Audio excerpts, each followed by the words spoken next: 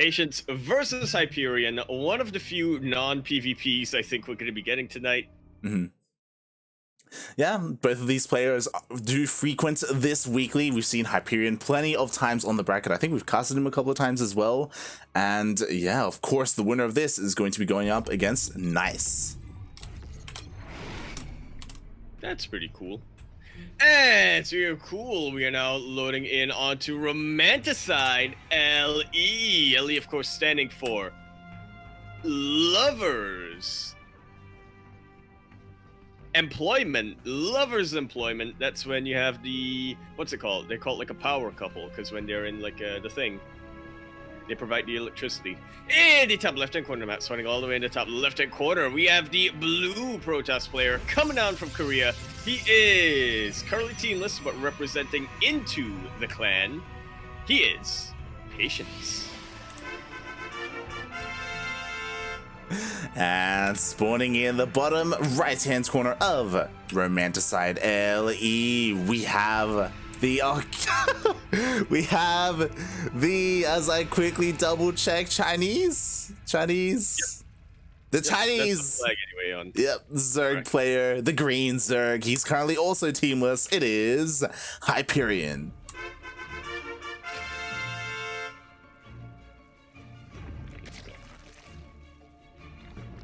Yeah, Hyperion, one of those Chinese players who honestly we don't see much of aside from these sort of weekly events. So I'm honestly really glad that we're able to, you know, get a little look of them tonight. He is kind of overshadowed quite a bit by players like, say, Firefly or even XY. Yeah, definitely. That's what I do appreciate about these ESL Asia Cups, because we do get plenty of Chinese representation. Players like Hyperion, like Firefly, Time, Maxed, Jigua, like they do from time to time sign up. They do, and I mean that's kind of, you know, that's kind of in their time zone. I would be more surprised if you had a lot more of them playing in, say, ESL EU or ESL NA, but then again, times every now and then he just pulls an all-nighter and plays in all three. Yeah, I'm actually not too sure how that works, by the way. Oh my god, that's a hidden Stargate. That's a very hidden Stargate. Patience. He is well aware of Zerg scouting patterns on this map. What is the least likely place for the Overlord to go in on? Right behind the mineral line in the natural base there. Oh yeah, Jesus Christ. Okay, so we'll see what's going to be coming out from Patience. I imagine because it is hidden like this, I doubt we're going to see a Void Ray first, question mark. He may just try and get an Oracle as fast as possible. Hear me out, Light. Okay. He puts down one more Stargate. Okay. Then a Fleet Beacon. Then another Stargate. Okay. Yeah. You dig? I mean, I mean, Patience, you know, he is a big M Canning fan. So it's possible that he does it. You know, I've seen him plenty of times. I believe he's a tier 3 sub and on M Canning stream. So we'll see if he decides to meme it up and throw down more Stargates after this. Meanwhile, he is starting off with that Void Ray. Yeah, but not going for that Overlord. He's actually trying to sneak it around. Oh my god, what? Into that Ling, question mark? Does he just want to snipe a base? I mean, one Void Ray is not going to be able to snipe a base, is it? He is going for the Overlord, just... Yo, second Void Ray on the way. There it comes, and this, we've seen this before, haven't we? Like, we've seen this a lot in the more Latin American kind of events. Oh yeah, definitely. Like, going for a follow-up Void Ray after the first one typically signifies that you want to go at least for double Stargate play. We'll see though, because again, this is Patience, and I'm pretty sure he is aware that he is like the favorite in this series, so I don't know if he's just having a bit of fun, but nope, there it is, second Stargate. That I do enjoy looking at. And with that, let's see just how dedicated Patience is going to be with these Void Rays. Is he just going to get a handful of Void Rays to use as sort of hit squads to, I don't know, maybe take out a base here and there, or just try to keep the Zerg player back? Or if he's just going to go into mass Void Rays to his detriment? Yeah, I imagine to his detriment.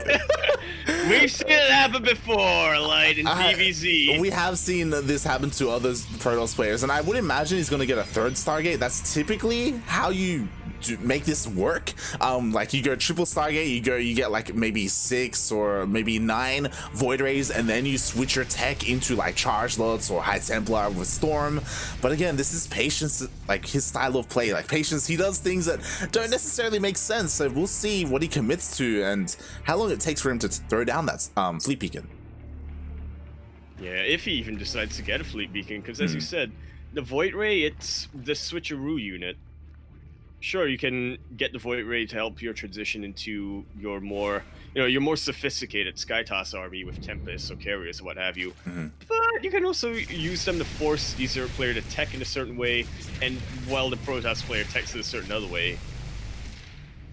It's all in his hands right now, is what I'm saying. Yeah, definitely. And so far, Hyperion is doing a decent job at defending, as he looks like, oh my god! Oh, he can nearly, nearly doesn't get that last Void Ray. Jesus, just barely. Meanwhile, his Lings were defending against the Adepts as well, so he hasn't lost too many workers. He was able to split up his army quite nicely, and Patience does back off. He's continuing Void Ray production, but we do see he is throwing down a Twilight Council behind this. Yeah, so not going to be too committed here to Skytoss. Does still want to get somewhat of a ground army up. A lot of gateways going down, and this is... I wouldn't call this a proper transition, but it's definitely the more effective transition in my experience anyway. Yeah, you go for these Void Rays, and then you go for a gateway army first, get your Templar or what have you, and then you throw it on Fleet Beacon. Yeah, I'm really curious to see what he throws down, whether it's like Charge or no. Okay, it's Charge. This is okay. So this is making sense. He is getting Charge Lots to help support his Void Rays, and of course, Charge Lots are going to do well against a ground-based army like Hydras or Roaches. But surprisingly, and something that I don't believe Patience has scouted, is that we do have a Spire coming out, and Muta's already on the way for Hyperion. Do you think Patience might have shot himself in the foot sniping that Roach Warren there? Because now Hyperion, he's just going to think, yeah, alright, I can't make Roaches anyway. Muta time. So I'm honestly surprised Hyperion is still committing to this. He's making a wave of 7 Mutas, and he's going to be going across the map. It's so bold going for Mutas when you know your opponent has double Stargate, because they can just switch into Phoenixes. But what's important is that he's not committing to the Mutas. Like, he is still getting a Hydrogen behind this, and he's committing to +1 range. Yeah, the proper response here when you see that your Protoss opponent is going for a composition like this, especially when it involves the Void Rays. Do not want to get too many low health or armored units out. Oh yeah, definitely.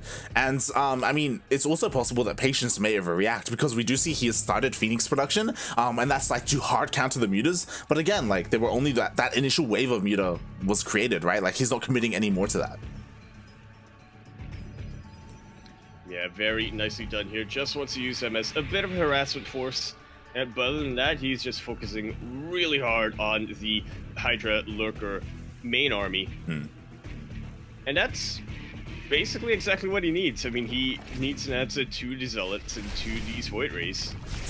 Yeah, definitely. The problem is that he needs time to do so. Like, Hydras are on the way, but they're not done quite yet. And even a couple of these Roaches getting picked off.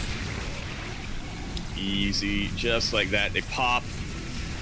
Base is going to go down, and Hyperion, he is not going to be, losing too much army defending that. He instead retreats to a much more defensible position. But Patience ain't pushing it. Yeah, exactly. Like, Patience, surprisingly, being pretty patient this game. Huh. I did not think I would see today. Yeah, I don't know, like, what happened between the break, between, the last time we saw him in an ESL Cup and now, but Patience, he's playing this a little bit more straight up. He picks up a base, backs off, he's going to be expanding, making sure he can defend against these Mutas. And sure, Hyperion, he is getting those Hydras and those Lurkers out, but he's stuck on 3-base economy. That he is, and the Hydra Lurker, that is a very expensive composition. You do not want to be stuck on the 3-base economy, especially when your Protoss opponent's getting a 4th base. Yeah, exactly. And Patience, he's slowly getting everything he needs. A Storm is already complete. He's already got plenty of High Templar here, slowly gathering that energy. More and more gateways are being thrown down. Jesus Christ, like, Patience is getting everything he needs. All at once. There's just so little pressure on his side that he's just doing whatever. Yeah, Maybe yeah. throwing a couple of probes into that army. Exactly. And Hyperion, he's just being incredibly passive. Like, to be fair, I don't blame him. You know, he did just lose a base, but at the same time, it would be nice to see him, I don't know, do something crazy like some lurker drops or some kind of harass. Like, you can't allow Patience to get away with this, and oh my god, he's going to be able to with all this stack defense being thrown down. Ouch. This is Patience going to be near impenetrable right now, or at least that base will be. Fleet Beacon finishing up behind that, just so Patience doesn't, you know, throw away too much here. Yeah, exactly. Or just so that he, you know, covers all of his potential victory paths. Yeah, Patience, he isn't tunnel visioning or anything like that. He isn't staying with this mid-game composition. He is thinking ahead, thinking about that late game with that Fleet Beacon, working on +1 air attack as well. And with that, I mean, I just think that this is going to be really scary coming out right now. Hyperion, he is still trying to work on that, you know, Hydra Lurker army composition coming out. We'll get a Viper out, a couple more of that, and I think things are definitely going to start to look a little bit more even, but he's still very much so struggling. Oh yeah, definitely, especially because Patience, he's maxed out. He's almost at 200 supply, and that's never something you want to see as a Zerg player, being almost equal in terms of supply. But to be fair, Patience, he is kind of like split up from his main army. Like, he does only have a small force that's active out here. Yeah, where's the rest of his army? It's just... Wait, is that cannot be his entire army, right? he's got High Templar all over the place. I mean, you could argue maybe he has too many workers, but yeah. Yeah, he definitely does. He needs to cut that by about half. What's Patience doing? He has more than 65 workers? Like, what? I don't believe it. Oh god, and that may be his downfall. Okay, Patience, he's looking to push her out here outside the 4th base, try and push in. Meanwhile, Hyperion, he's kind of sending the majority of his army up here to the north. It does get spotted. And honestly, I think that Hyperion just split up his army just about perfectly here. Patience, he knew that he couldn't push in, and now Hyperion is going exactly where Patience has so much stack defense. Never mind. I was going to say what army is that, but then I remembered, right, there are cannons, there are shield batteries, there's overcharge, and a bunch of storm. Oh boy, yeah, there is. And just like that, the entire Zerg army does get stormed. Meanwhile, I love this Hyperion. He's attacking towards the south. Yeah, real good multi-prong coming down here right now for Hyperion. But Patience, I mean, now he's cleared up the northern harass, starting to push out south. So much storm available to him right now. And that was not a particularly important base there for Patience. Yeah, exactly. He didn't even need that base, so he does go down at the cost of the majority of the Hydras towards the north. And the problem is, Hyperion, I noticed, like, he's struggling in terms of gas. Like, this is such a gas-intensive army, and he doesn't necessarily have the economy to sustain those losses. Yeah, this is a bit of a downside of taking up to this composition a little bit too quickly. You want to make sure you're nice and stable on the gas income. And it takes time to get to that point. Yeah, definitely. We do see now Hyperion, he's expanding towards the north, you know, taking all those gases. I do actually really like his army composition. Like, he got rid of all those Hydras earlier, and he's just remade a bunch of Corruptors instead, and that's going to help so much more against the Sky Toss. Absolutely, especially if you can get a couple of yoinks here and there. Actually, he doesn't even need the yoinks. He can just Parabomb and have the Corruptors clean up. I will say that the Void Rays are still very scary to deal with for Corruptors, but there's not too many of them left. Yeah, what's scary is that Patience, for the most part, he's turtling up. Like, there's so much stack defense all over the place. We have Blink for DTs. We have the Tempest upgrade as well for the bonus damage against structures, against those spores. Hyperion, though, like, he's aware of this, and he's, again, just trying to refine his army, just throwing away these Hydras. Yeah.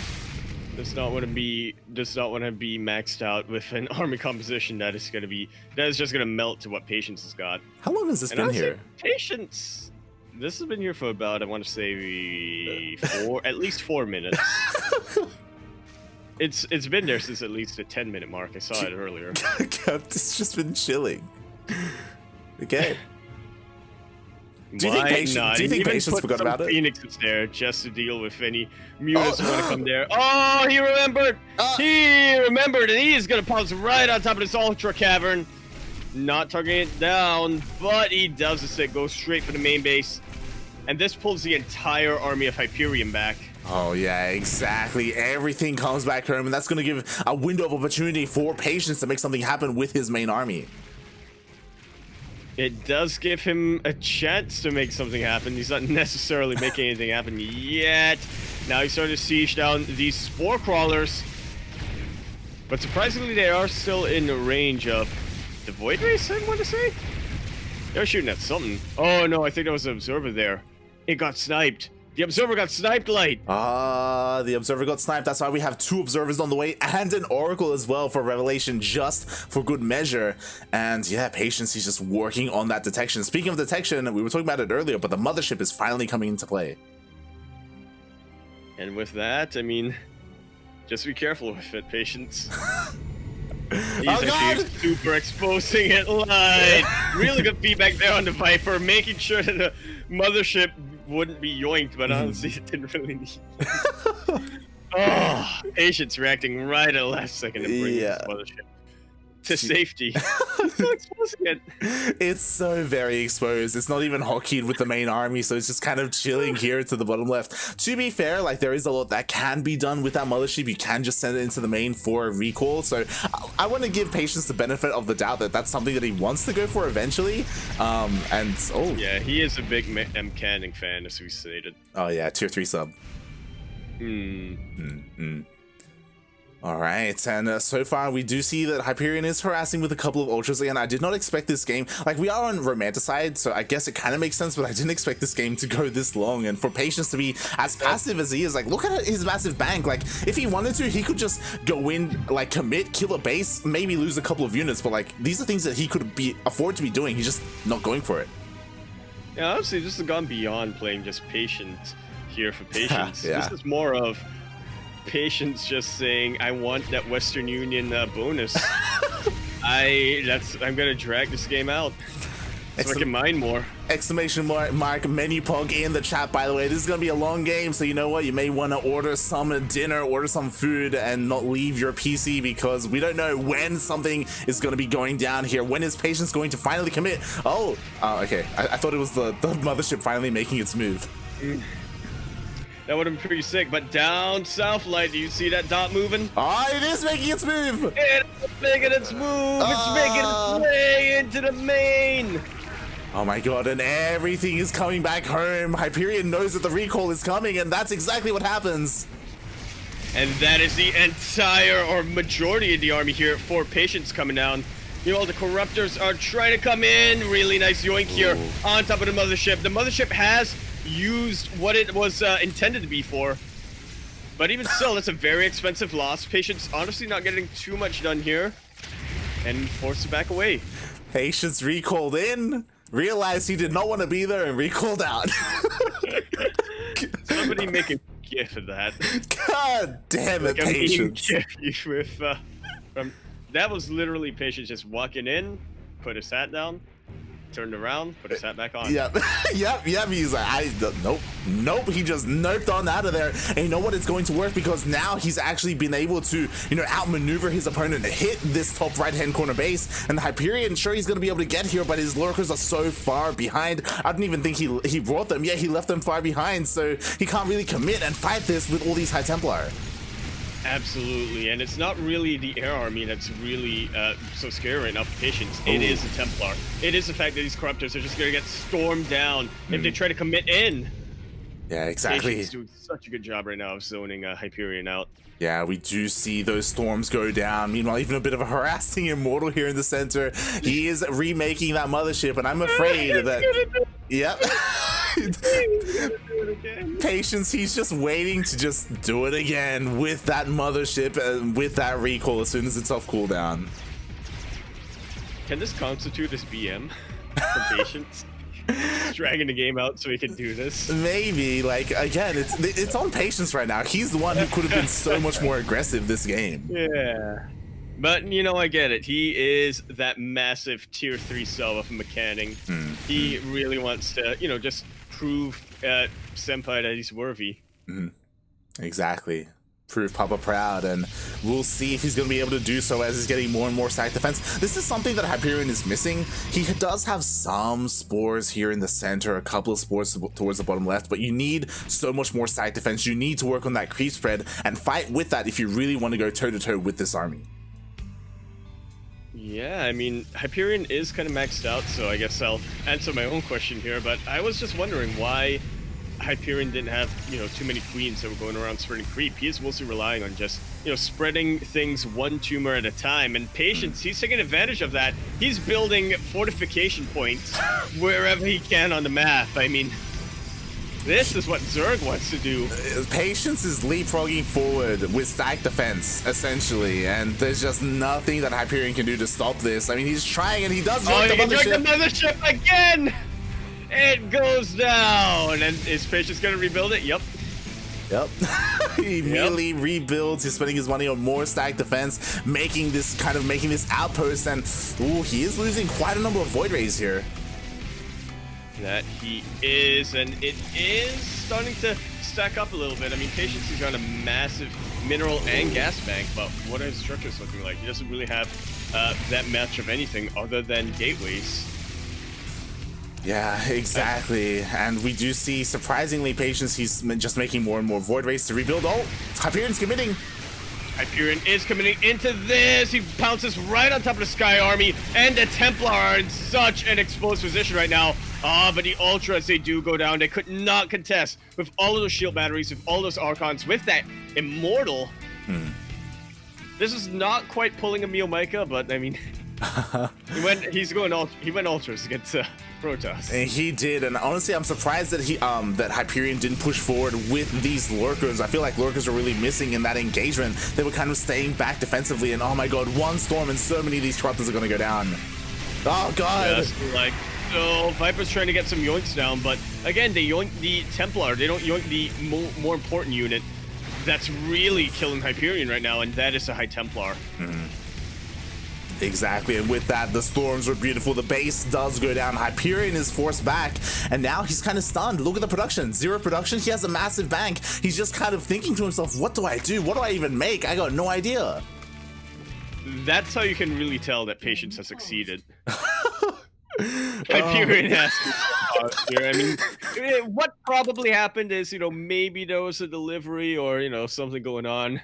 Like maybe someone just asking to come into his home, but I imagine what's happening right now is Hyperion. He's consulting the archives. He's saying, how do I deal with, in particular, Patience? Right now, what's happening is Hyperion. He just lost that engagement. His head is in his hands. He's like, oh my god, what do I even do? I know. Right now, he's tabbed out. He's loading up a Ragnarok YouTube video, and he's looking for the ideal composition against endgame Protoss.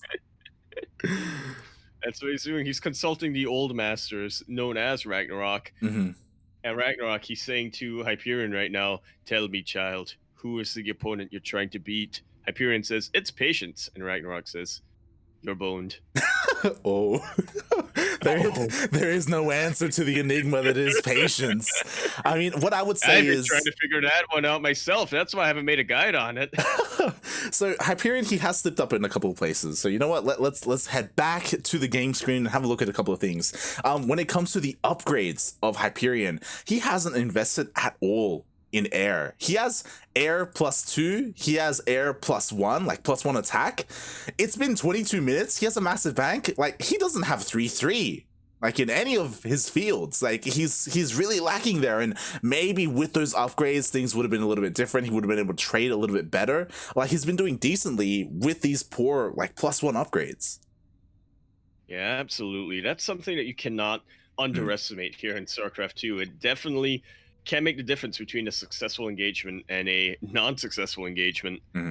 And right now, Hyperion, I mean, he's kind of thinking big right now. He's kind of thinking, what do I do? How do I, like, really switch up my army composition? Where sometimes the answer is just right in front of him, hiding in plain sight. Yeah, exactly, and there it is. I was about to say the other thing, now that Greater Spire is on the way, ideally, at this stage of the game, you want to eventually get rid of your lurkers, and the role of your lurkers is going to be taken by the Broodlords instead. Like, the Broodlords are going to be your anti-ground-based army, and they're the ones that are going to be zoning out those High Templar. And then, obviously, ideally, at this stage of the game, you have, like, +3 air attack, you have +3 armor, things of that nature, so you can more easily have this, like, Corruptor Broodlord-based army with a couple of other units like Viper mixed in. And surprisingly, Hyperion, he's just making more Ultras, making more Lings as well. Like, that's kind of what he's relying on instead to fight off this ground army. Yeah, which is a massive risk that he's taking right now. I can kind of get, I think I kind of get the idea behind the Ultras, right? He wants to come in from an angle, try to flank the Protoss army, and then just hug those High Templar to death, and then from there, Corruptors can do whatever they want. But yeah, that is such... It is so hard to get to that position as a Zerg player, isn't it?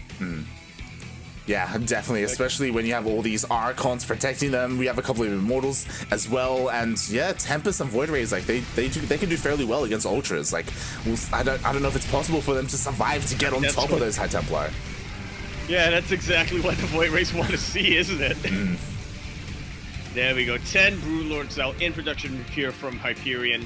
And that, I think, is going to be the first step for him to, you know, start winning these little positional battles, you know, really start zoning out the ground army and allowing those Corruptors to do their things, taking out another 400 minerals and 400 gas by sniping, another mothership. I feel like this is the new Patience Warp Prism counter.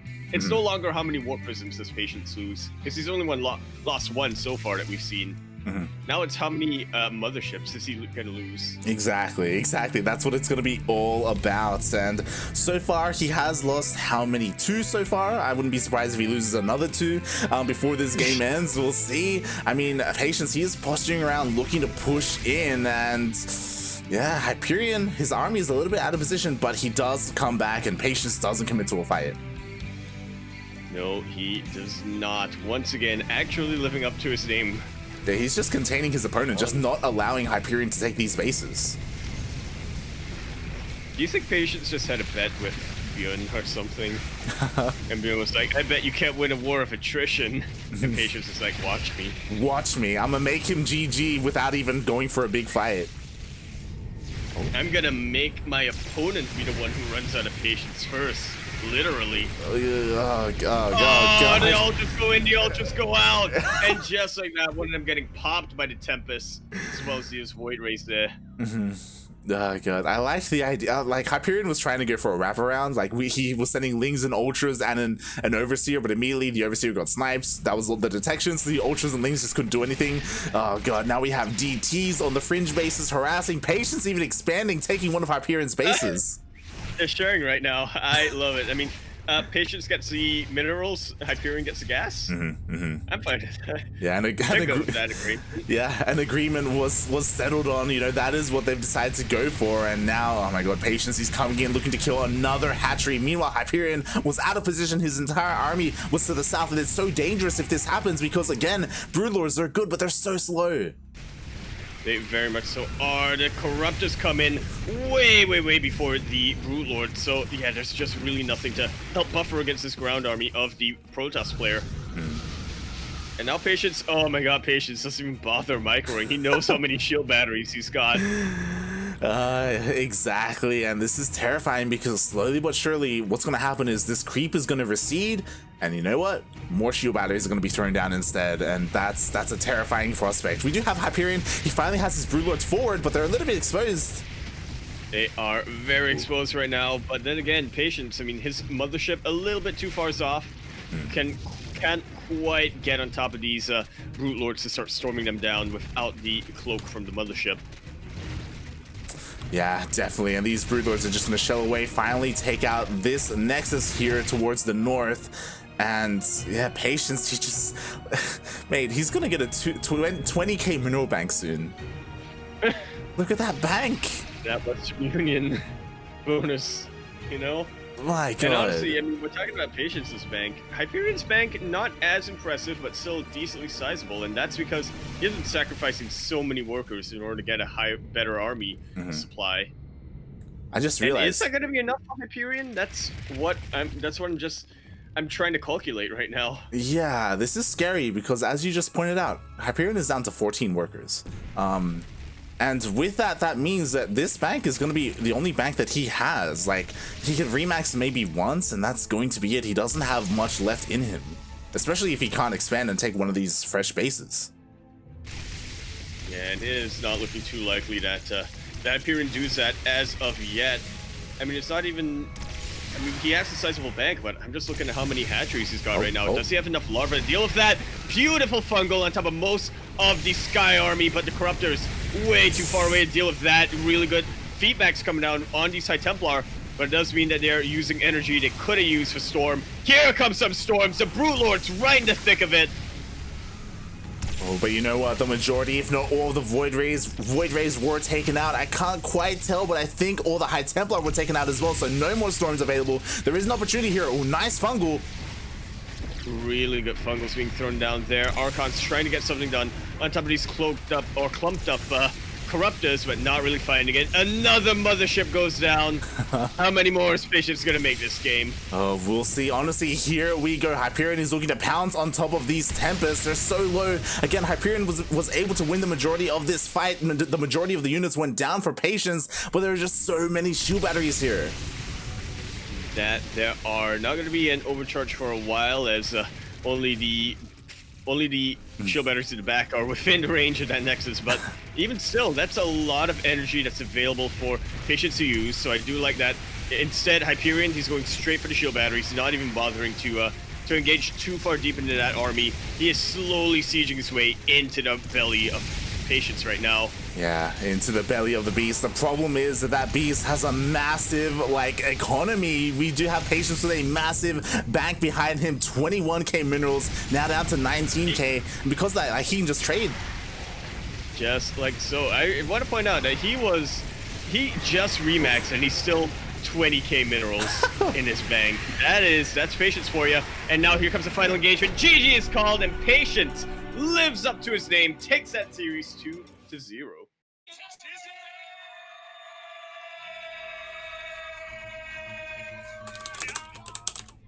That was not the Patience I was used to. It was not. GG. Well played after a long, drawn-out game where he only lost his mothership 3 times. Patience has been able to win the series 2-0. I guess it just goes to show that patience pays off. That it does, and maybe that's something that he's been able to learn as we are finally going to be getting into Patience versus Nice. That was an incredibly long series, and oh my god, if people just check out the bracket, there's been a lot of updates.